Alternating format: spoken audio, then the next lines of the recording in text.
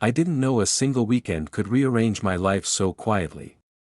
If you had asked me before that trip, I would have said everything was fine. Not perfect, but stable. And stability, I had learned, often masquerades as happiness when you're tired of asking hard questions. Then my name is Ethan, and I had been with Mark for almost 4 years. From the outside, we looked solid. Shared apartment, shared routines, shared plans that always lived somewhere in the future. Mark was reliable, ambitious, and emotionally reserved in a way I had once mistaken for strength. I told myself that love matured into silence, that passion softened into familiarity. Still, there were nights I lay beside him, staring at the ceiling, wondering when we had stopped really talking. Mark worked constantly. Even on evenings meant for us, his attention drifted toward emails and glowing screens. When I spoke, he listened just enough to respond, not enough to understand. I learned to compress my thoughts, to present only what was easy to digest.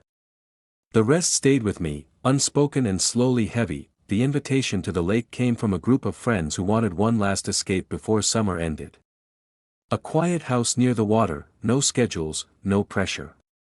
Mark hesitated at first. He said weekends were for catching up, for getting life together. But eventually, he agreed, more out of obligation than excitement. I told myself the change of scenery might do us good. It wasn't until I saw Lucas's name in the group chat that something inside me shifted. Lucas and I had known each other years ago, long before Mark. Not a dramatic history, just a connection that had never fully resolved. Life had moved on, as it always does, and we had drifted into separate circles. Seeing his name again stirred a memory I hadn't visited in a long time. Not desire exactly, but recognition. The feeling of being understood without explanation. The drive to the lake was quiet. Mark focused on the road, his jaw tense, his mind clearly elsewhere. I watched the scenery blur past the window and tried to ignore the anticipation growing in my chest. I told myself I was overthinking, that nostalgia had a way of exaggerating things. Still, my pulse quickened when we pulled into the gravel driveway of the lake house. The place was peaceful in a way that felt almost deliberate. Tall trees framed the water, and the lake stretched out like a held breath. Lucas was already there, unloading bags from his car. He looked relaxed, grounded, as if time had been kinder to him than it had to most people. When he smiled at me, it was easy and unforced, and I realized how long it had been since I'd felt that kind of warmth. "Ethan," he said, pulling me into a brief hug. "Nothing inappropriate. Nothing worth feeling guilty about." And yet, my chest tightened. Mark nodded at him politely, then turned his attention back to his phone. I noticed it immediately, the contrast. Lucas asked questions. Mark answered messages. Lucas laughed with the group. Mark drifted to the side, present in body only. I told myself not to read into it. I had become skilled at that. As evening settled in, the house filled with conversation and the clink of glasses. I watched Lucas listen when I spoke, really listen, his eyes steady, his expressions honest. When I caught Mark's gaze across the room, he smiled faintly, as if checking a box.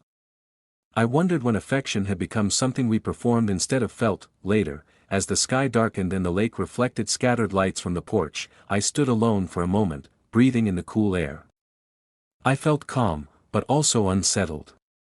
The distance I had learned to live with suddenly felt sharper, harder to ignore. This place, this quiet, was doing something to me. It was stripping away the noise I used to hide behind. Mark joined me briefly, wrapping an arm around my shoulders before being pulled back inside by another notification. Lucas stepped out moments later, standing beside me without speaking. The silence wasn't awkward. It was full. I didn't know it then, but that silence marked the beginning of a truth I had avoided for years.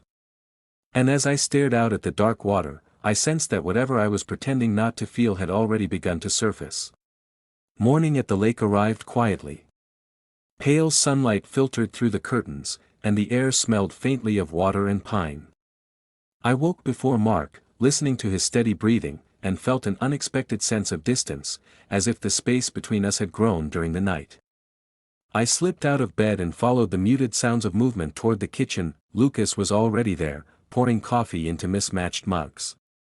He smiled when he saw me, unguarded and warm, as though this early hour belonged only to us. We spoke softly, about nothing important at first, the stillness of the lake, the way the world felt slower here. Yet even those ordinary words carried a sense of ease I hadn't felt in a long time. That we sat by the window, watching the water ripple under the morning breeze. Lucas asked how I had been, and this time, I answered honestly.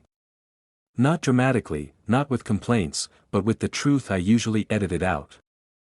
I spoke about work, about feeling stalled, about the quiet loneliness that had settled into my relationship with Mark. Lucas didn't interrupt. He didn't offer solutions. He just listened, and in that listening, something inside me softened. When Mark finally joined us, the atmosphere shifted. He greeted Lucas politely and kissed my cheek, but his attention scattered quickly. He scrolled through his phone while Lucas talked about his recent move and new job. I noticed how Mark nodded at the right moments without really engaging. It wasn't new behavior, but here, in the open light of morning, it felt more pronounced. The day unfolded slowly. A walk along the shoreline, lunch on the deck, casual laughter among friends. Mark spent most of the afternoon answering calls, stepping away whenever his phone buzzed. Lucas stayed near me, never hovering, never demanding. We spoke about our past in careful fragments, acknowledging what had been without romanticizing it. There was an unspoken understanding between us, a respect for boundaries that made the connection feel safer, and more dangerous. That I became aware of my own reactions. The way I looked for Lucas in a crowd. The way his presence calmed me.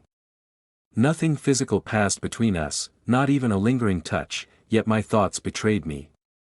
I felt guilty for how much I was enjoying his company, guilty for how little effort it took to feel close to him.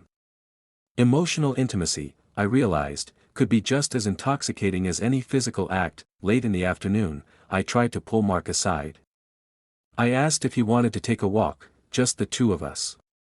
He sighed, not unkindly, and said he was tired, that he'd catch up with me later. The words stung more than I expected. I nodded, pretending it didn't matter, and walked away before my disappointment could show. That evening, as others drifted inside, Lucas and I remained by the lake. The water reflected the stars in broken patterns, and the quiet pressed in around us. We talked about the choices we'd made in life, about roads taken and the ones quietly abandoned. Lucas admitted he often wondered what his life might have been if he'd listened to himself sooner. His honesty felt like an invitation and a warning all at once. That I felt the weight of my situation then, fully and painfully. I was in a committed relationship, yet my heart was leaning towards someone else. The realization didn't come with excitement, but with fear. I pulled back, standing up abruptly and saying I needed some air. Lucas didn't reach for me. He simply nodded, his expression understanding, almost sad. That night, lying beside Mark, I couldn't sleep. The events of the day replayed in my mind, each moment sharpening the truth I had been avoiding. I hadn't crossed a physical line, but something else had shifted, something harder to justify or undo. I understood now that infidelity didn't always begin with a touch. Sometimes, it started with being seen. As I stared into the darkness, listening to the distant sounds of the lake, I knew the weekend was no longer just a getaway. It had become a mirror, and I wasn't sure I was ready for what it was showing me. Sleep never truly came that night. I lay awake beside Mark, listening to the familiar rhythm of his breathing while my own thoughts refused to settle. The lake outside was restless, water lapping softly against the shore, as if echoing the conflict inside me. I understood now that what unsettled me wasn't Lucas. It was the life I had been quietly enduring without question. By morning, the truth felt heavy but clear. I moved through the house carefully, aware that every step brought me closer to a decision I could no longer delay. Mark found me on the deck, staring out at the water. He asked what was wrong in a casual tone, as if expecting an answer that would be easy to manage. I don't think we're okay, I said. My voice was steady, surprising even me. Mark frowned, confused rather than angry. He sat down across from me, arms crossed, listening. For the first time in a long while, he gave me his full attention. I told him how distant I'd felt, how often I'd tried to connect and felt brushed aside. I spoke about loneliness, about learning to silence parts of myself to keep the peace. I didn't mention Lucas by name at first. I didn't need to. Mark was quiet for a long moment. When he spoke, his words were careful, almost defensive. He said he hadn't realized things were that bad. He said he thought we were just going through a phase. I believed him. That was part of what made it hurt. There was no cruelty in his neglect, only habit. I don't know how to fix this, he finally admitted. That I shook my head slowly. I don't know if it can be fixed anymore. The admission landed between us, solid and irreversible. Mark looked away, his jaw tightening. He asked if there was someone else. I hesitated, choosing honesty over comfort. I told him there was someone who had made me realize what I'd been missing, even without meaning to. I made it clear nothing physical had happened, but the truth still cut deep. Mark stood up abruptly, pacing the deck. He wasn't shouting. He wasn't accusing. His silence was heavier than anger. When he finally spoke, his voice was low. I wish you'd said something sooner. So do I replied. That he decided to leave that afternoon. Not dramatically, not with slammed doors, but with a quiet efficiency that felt like grief wrapped in routine. Watching him pack, I mourned more than the relationship. I mourned the version of myself that had waited so long to speak. After Mark drove away, the house felt emptier, as if the walls themselves were holding their breath. I sat alone for a while, letting the weight of what I'd done settle in. Relief and sorrow existed side by side, neither strong enough to cancel the other. I found Lucas by the lake later, skipping stones across the water. He looked up when he saw me, reading my expression without asking questions. I told him Mark had left. Lucas nodded slowly, his face serious, respectful. There was no triumph in his eyes, no expectation. I don't want this to be the reason, I said quietly. Lucas met my gaze. It shouldn't be, he replied. You did what you needed to do. We stood there together, the space between us charged but contained. No promises were made. No lines were crossed. We both understood that whatever might exist between us deserved honesty, not escape. Before leaving, Lucas hugged me, briefly, carefully, and told me to take care of myself. I watched him walk back toward the house, feeling gratitude rather than longing. The drive home was long and silent. The familiar streets looked different, as if I were seeing them with new eyes. I didn't know what my life would look like next. I only knew what it couldn't be anymore. That weekend at the lake didn't end with clarity or certainty. It ended with truth. And as unsettling as that truth was, it felt lighter than the lie I had been living. For the first time in years, I wasn't running from my own heart. I was finally listening. The apartment felt unfamiliar when I returned, as though it no longer recognized me. Mark's absence echoed in the smallest details: the empty side of the closet, the untouched mug by the sink, the silence where routine used to live. I moved through the space slowly, not trying to fill the quiet, letting it settle into something honest. That I and the days that followed, I replayed the weekend again and again, not searching for regret but for understanding. I questioned my choices, my timing, my courage. Ending things with Mark hadn't come from impulse. It had come from years of emotional erosion, worn down quietly until even stability could no longer hold its shape. Accepting that truth hurt, but denying it would have hurt more. Mark and I spoke once more, briefly, over the phone. The conversation was restrained, careful. He said he needed distance, time to process everything. I respected that. There were things an apology couldn't repair, and pretending otherwise would only reopen wounds. When the call ended, I felt a strange mix of sadness and relief. Closure, I realized, didn't always arrive with certainty. Sometimes it arrived with acceptance that I returned to work, to daily life, to familiar rhythms that now felt slightly altered. Friends asked questions I answered selectively. I wasn't ready to explain everything, even to myself. What I knew was simple: I had chosen truth over comfort, and that choice carried consequences I was still learning to live with. Lucas and I exchanged a few messages, nothing heavy, nothing suggestive. He asked how I was holding up. I replied honestly, saying I was figuring things out one step at a time. He didn't push for more.